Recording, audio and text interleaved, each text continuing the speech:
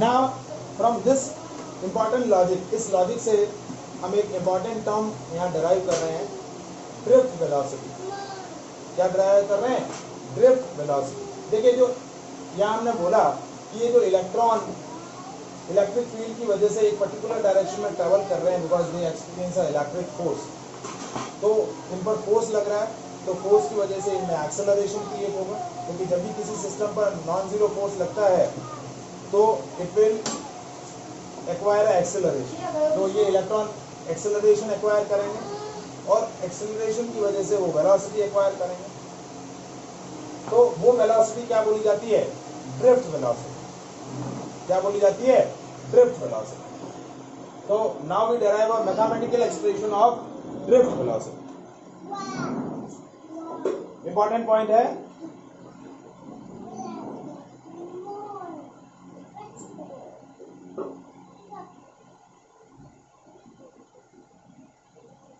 expression of drift velocity. So I am considering a cylindrical conductor. Now this cylindrical conductor has a length L and area of cross section,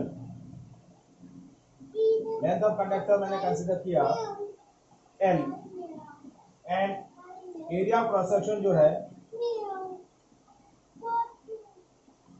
that is A, and initially I have supposed that it consists of n number of electron per unit volume and all these electron move randomly or zigzagly in the absence of electric field. मतलब क्या consider कर रहा हूँ? Number of electron per unit volume कितने हैं? Small n. All these electron move randomly with a different velocity. So in absence of electric field, free electrons move different thermal velocities u1, u2, u3, un. ये सारे जो n number of electrons हैं वो क्या कर रहे हैं? Different thermal velocity से क्या कर रहे हैं? ट्रेवल कर रहे हैं। तो इनका जो एवरेज होगा, एवरेज वेलोसिटी क्या होगी? क्योंकि ये सारे इलेक्ट्रॉन्स रैंडमली मूव कर रहे हैं, जिगजैगली मूव कर रहे हैं, किसी एक ही पर्टिकुलर डायरेक्शन में इनका मूवमेंट नहीं है, तो in absence of electric field ये जो एवरेज वेलोसिटी आएगी वो क्या आएगी? जीरो। यू एवरेज क्या हुआ? u1 plus u2 plus un upon n, और ये जो एवरेज वेलोसिटी मैं कंसीडर कैलकुलेट कर रहा हूँ, ये एवरेज वेलोसिटी का वैल्यू क्या होगा? जीरो। क्या होगा? Zero. So in absence of electric field, they never acquire any velocity, क्योंकि सारे फ्री इलेक्ट्रॉन्स जो हैं वो रैंडमली मूव कर रहे हैं, जिगजैगली मूव कर रहे हैं, तो किसी एक पर्टिकुलर डायरेक्शन में उनकी वेलोसिटी नहीं है, तो सारे डिफरेंट वेलोसिटी का जब एवरेज निकालेंगे तो एवरेज क्या आएगा? Zero. Now we connect battery across the conductor.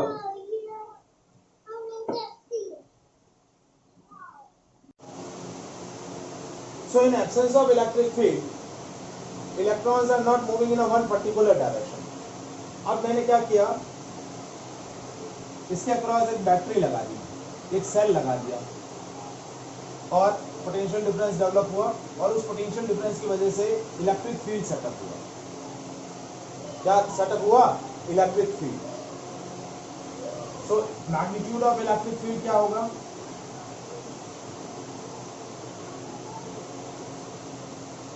देखिए ये बैटरी का वोल्टेज V है और length of the conductor L है, तो इलेक्ट्रिक फील्ड क्या हो जाएगा?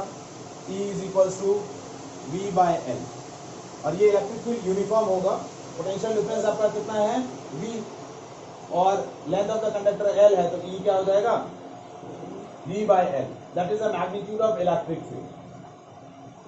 Now as we connect the battery or cell across the end of conductor, it will be set up a uniform electric field in the conductor wire, and due to that electric field the free electrons which are moving randomly or zigzagly, now they are moving in a one particular direction because due to this electric field, all these free electron experiences the electric force. So electric force on electron F is equals to E small E into capital E. देखिए हमने electric field का definition क्या पढ़ा था, force per unit charge. तो force क्या हो जाएगा, charge into electric field. F की वैल्यू होती है क्यू इंटू ई. तो फोर्स हो गया क्यू, क्यू की वैल्यू है ई क्योंकि चार्ज ऑफ इलेक्ट्रॉन ई होता है, और इलेक्ट्रिक फील्ड का मैग्नीट्यूड है capital E. So the force, electric force on each electron is E into E. और इस फोर्स की वजह से ये सारे इलेक्ट्रॉन जो हैं वो एक पर्टिकुलर डायरेक्शन में ट्रेवल करना शुरू कर देंगे. All these electrons moving in a one particular direction means they experience an electric force, so they acquire acceleration. So acceleration acquired by electron, F की जगह हम रख देंगे m into a and that is E into, तो A की value क्या हो गई, so the acceleration acquired by the electron is small e into capital E by m. और इसको वेक्टर फॉर्म में लिखें तो वेक्टर फॉर्म में क्या होगा, minus e small e capital E by m. ये माइनस साइन क्या बता रहा है कि आपका जो फोर्स का डायरेक्शन है और इलेक्ट्रिक फील्ड का जो डायरेक्शन है वो अपोजिट है.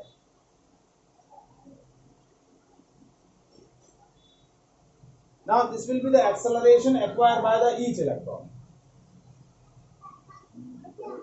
अब होना क्या चाहिए था कि इन पर फोर्स लग रहा है, तो फोर्स की वजह से एक्सेलरेशन एक्वायर कर रहे हैं. तो उस एक्सेलरेशन की वजह से means all these electron now performing the accelerated motion.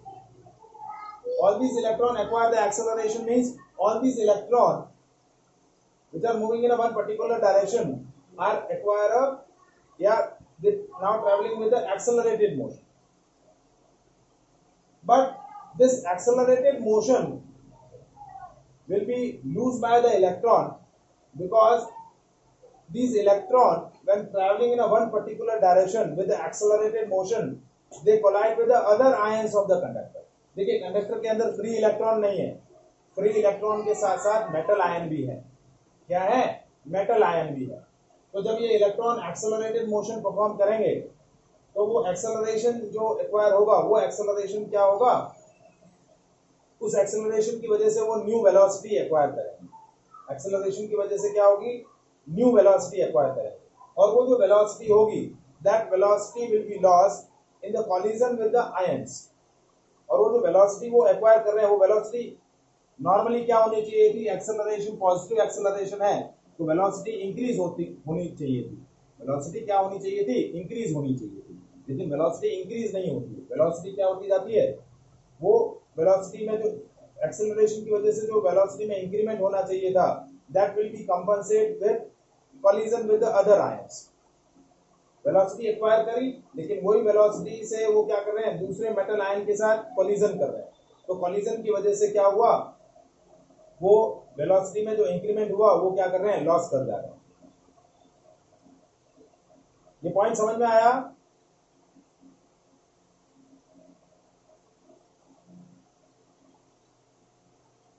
Manya sorry, देखिए मैंने क्या बोला कि इस फोर्स की वजह से उन्होंने एक्सेलरेशन एक्वायर किया, और जैसे ही एक्सेलरेशन एक्वायर किया so they will acquire a new value of velocity. क्योंकि एक्सेलरेशन है, देखिए जो हमने initial velocity u1 u2 u3 un लिया था वो इनिशियल वेलोसिटी थी.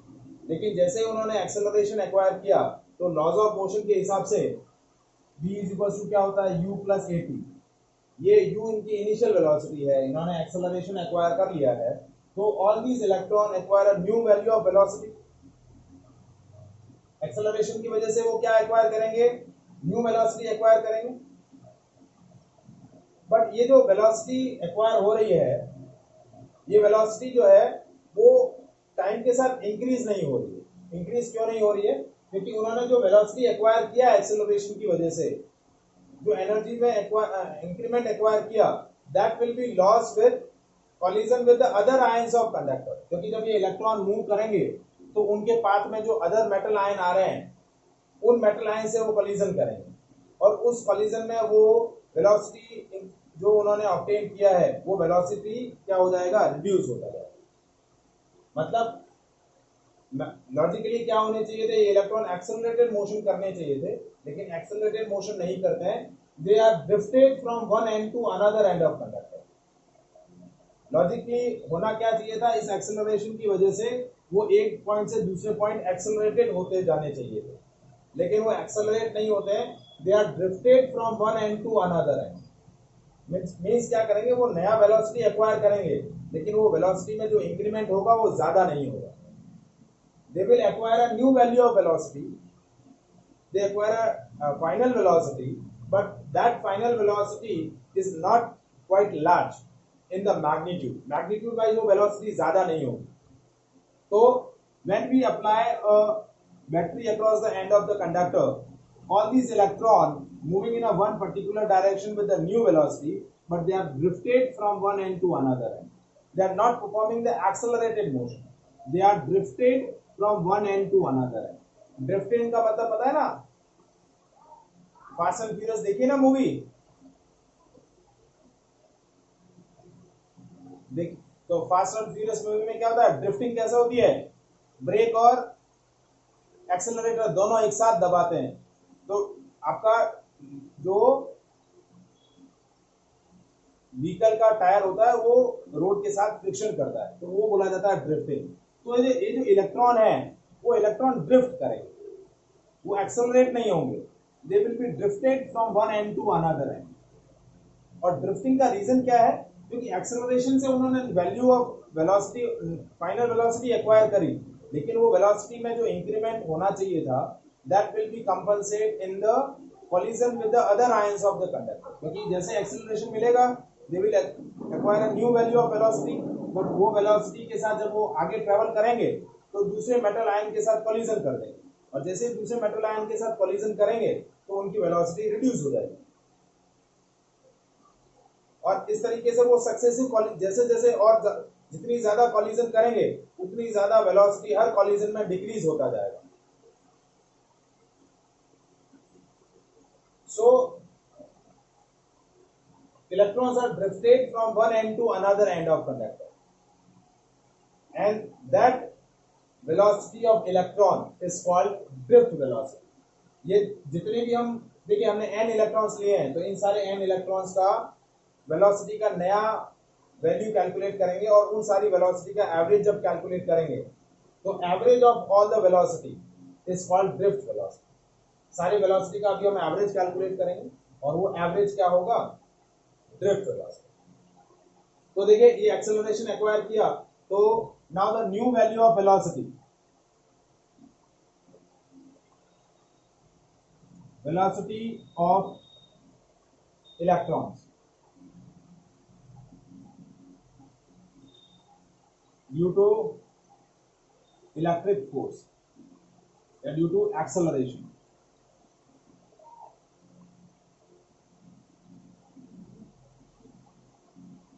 acquired by, देखिए हमने n इलेक्ट्रॉन्स लिए, तो पहले इलेक्ट्रॉन की वेलोसिटी क्या होगी? v1 = u1 plus a। अब यहाँ जो टाइम है वो टाइम क्या होगा? τ1। ये टाइम क्या है? Time taken by electron to travel linear distance. मतलब क्या हो रहा है? जब इलेक्ट्रॉन वेलोसिटी एक्सेलरेशन एक्वायर करेगा, एक्सेलरेशन के बाद वो जैसे आगे बढ़ेगा उसी इंस्टेंट पर क्या होगी? उसकी आयन से कोलिजन हो जाएगी, मेटल आयन के साथ। एक कोलिजन हुई, उसके बाद दूसरी कोलिजन से पहले वो कुछ और लीनियर डिस्टेंस ट्रेवल करेगा विद दिस वेलोसिटी। तो ये वेलोसिटी क्या होगी, इनिशियल वेलोसिटी जो थर्मल वेलोसिटी थी plus acceleration into tau one. Tau one क्या है, the time taken by electron to travel a linear distance before successive collision. मतलब एक कॉलिजन हो गई है और दूसरी कॉलिजन करने से पहले जो वो लीनियर डिस्टेंस ट्रेवल कर रहा है, उस लीनियर डिस्टेंस के लिए जो टाइम लग रहा है वो है टाइम। ये टाइम समझ में आया?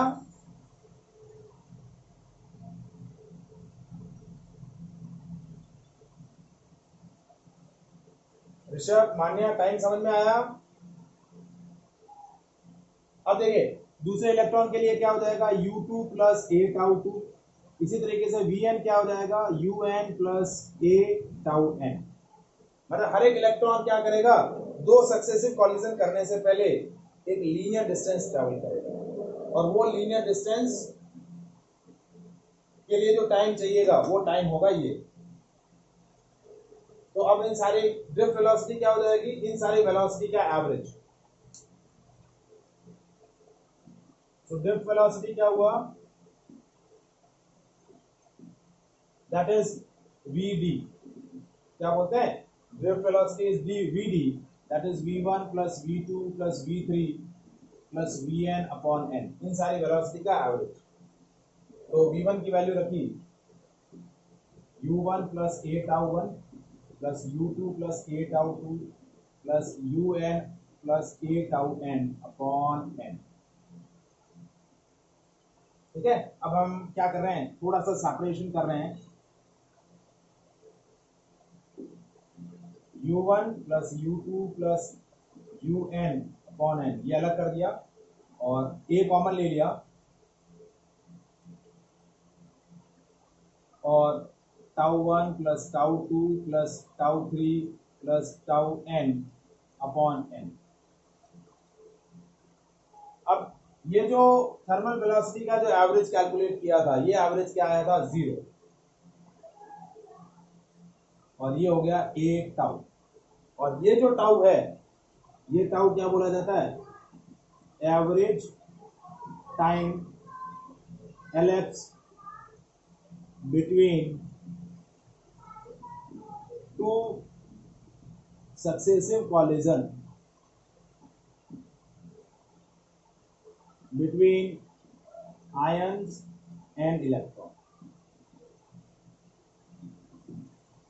देखिए ये आपका, और ये टाइम क्या बोला जाता है, इसी टाइम को हम क्या बोलते हैं, relaxation time.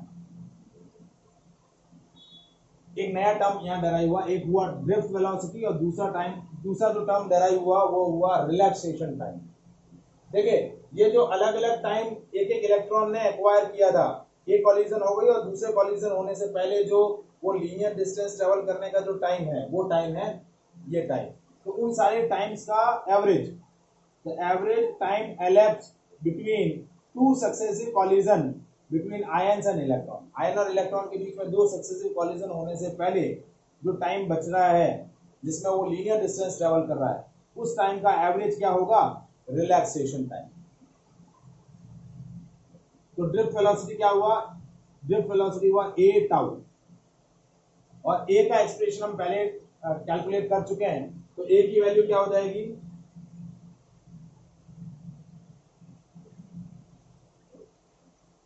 Vd is equal to a tau, और ए का एक्सप्रेशन हम पहले बता चुके हैं, minus small e by capital E by m into tau.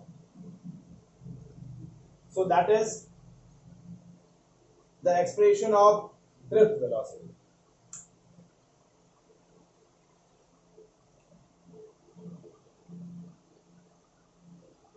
That is the expression of drift velocity।